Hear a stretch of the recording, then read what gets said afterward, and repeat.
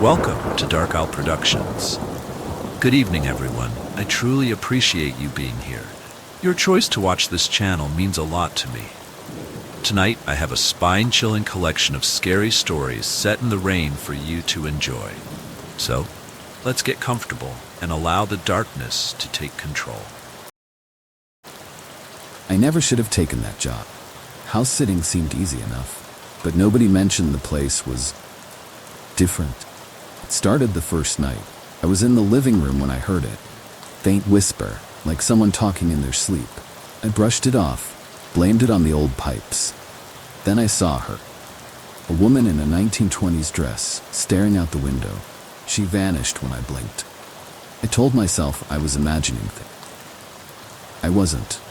Each room held its own horror. In the study, I felt a noose tighten around my neck as phantom sobs echoed off the walls. Kitchen filled with smoke and screams of a long-ago fire. The nursery. God, the nursery. I still hear those tiny, desperate cries. I couldn't leave. Something kept me there, forcing me to witness these echoes of the past. It was like the house wanted me to know its story. In the master bedroom, I saw a man with a gun, his eyes wild with jealousy. In the basement, I stumbled upon a makeshift grave, dirt still fresh after decades. It was in the attic that it all came together.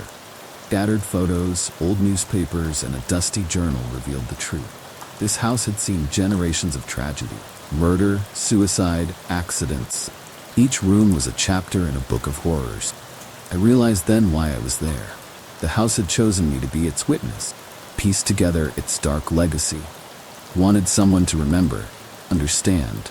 On the last night, as I sat in the living room, surrounded by the whispers of the past, I saw them all. Every tragic figure, every victim, every perpetrator, gathered around me like some twisted family reunion. A woman in the 1920s dress stepped forward. "Now you know," she said, her voice a mix of sadness and relief. "Will you tell our story?" I nodded, unable to speak. As dawn broke, they faded away, leaving me alone with the weight of their history. I left that house changed. The echoes of the past still haunt me. Now I understand. Some houses do more than shelter the living. They hold on to the dead, preserving their stories, waiting for someone to listen. And let me tell you, once you start listening, you can never stop hearing the whisper. I never should have come back to Willow Creek. But when you're a small-town boy turned big city historian, the lure of your roots is hard to resist. Especially when those roots are tangled up in one of the most infamous unsolved mysteries in Vermont history. My name's Daniel Hawthorne, and I thought I was here to write a book about the Willow Creek witch trials of 1892. Turns out, I might be here to relive them. It started innocently enough. Late nights in the dusty town archives, poring over yellowed newspaper clippings and faded court transcript. The story was fascinating. 3 young women accused of witchcraft, town torn apart by suspicion and fear. But then, things got weird. I'd wake up in the middle of the night, my room filled with the scent of burning sage. I'd find strange symbols carved into the bark of trees outside my rental cabin. And always, feeling of being watched. At first, I chalked it up to an overactive imagination. Too many ghost stories and not enough sleep. Then I started seeing them. A woman in a long, dark dress standing at the edge of the woods, her face hidden by a heavy veil. A group of men with stern faces and old-fashioned suits, huddled in conversation on the town green, vanishing when I got too close. And the whisper. God, the whisper. Always just on the edge of hearing, urgent and fearful. "He's the one," it'd say. They'll set it right. I tried to ignore it, tried to focus on my research. But the deeper I dug, the more I realized this wasn't just history. It was happening again. And somehow, I was at the center of it. Last night, I found an old diary hidden in the floorboards of my cabin. It belonged to Thomas Hawthorne, my great-great-grandfather and the lead prosecutor in the witch trial. As I read his words, I felt a chill run down my spine, because I'd written those exact same words in my own journal just days before. I'm recording this as a warning to myself, to anyone who might come looking for me. The past isn't just echoing in Willow Creek. It's repeating, and I'm afraid I'm destined to play my ancestors' role in this tragedy. I can hear them now, a mob gathering outside. Their torches flicker, casting long shadows under my door. They're calling my name, but it's not me they're calling. It's Thomas Hawthorne, come to pass judgment. To whoever finds this, remember, some histories aren't meant to be uncovered. Some echoes, they don't just repeat, they consume. Doors splintering now. I can smell the smoke, hear the crackle of flames. History's come calling. I don't think I can escape it. This is Daniel Hawthorne, and I think I'm about to become part of the legend I came here to study. I never meant for any of this to happen. I'm just the librarian in this small, unremarkable town. But when little Susie Matthews brought me that battered old storybook, how could I have known the horrors it would unleash? The book seemed innocent enough. Leather-bound, its gold lettering faded, smelling of dust and forgotten dreams. A forgotten fairy tale, it read. I opened it, curious. The stories inside were different, darker versions of tales we all knew. Little Red Riding Hood with teeth sharp enough to devour the wolf.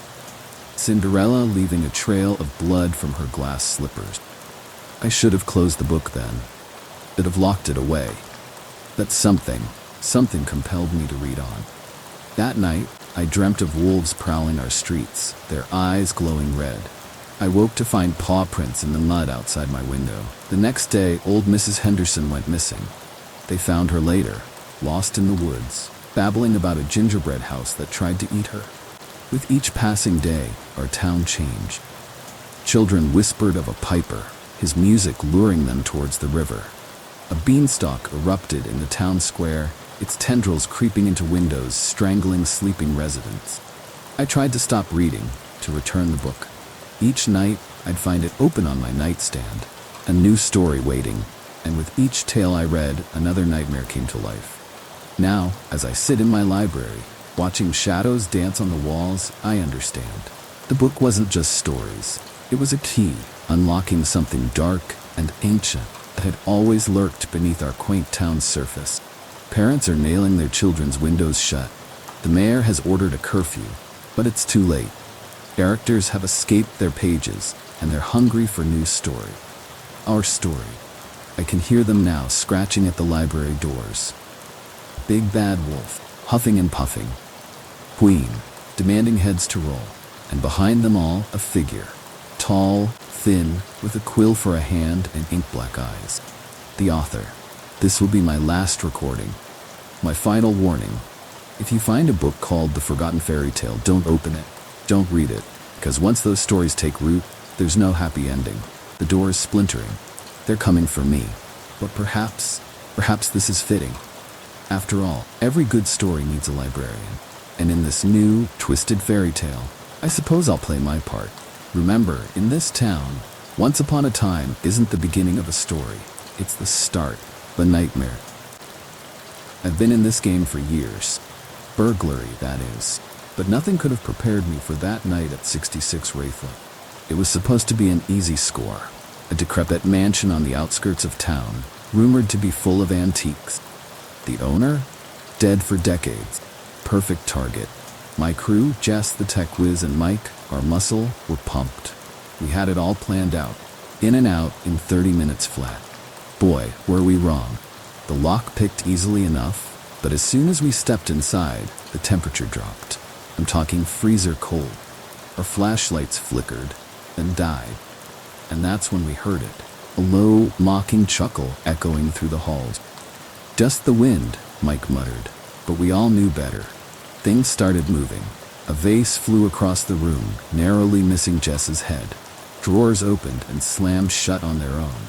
The chuckling got louder, more sinister. We tried to bail, but the door wouldn't budge. That's when I saw it. A shimmering figure at the top of the stairs, translucent, with a wicked grin that sent chills down my spine. "You dare steal from me?" It hissed, its voice like nails on a chalkboard. Panic set in. We scattered, each looking for an exit. But this thing, it was toying with us. Objects hurled themselves at us from every direction. Jess screamed as an invisible force dragged her across the floor. Mike was pinned to the wall, gasping for air. I ran for the basement, hoping to find a way out. Big mistake. As I descended the stairs, I felt icy fingers wrap around my ankle. I tumbled down, landing hard on the cold concrete.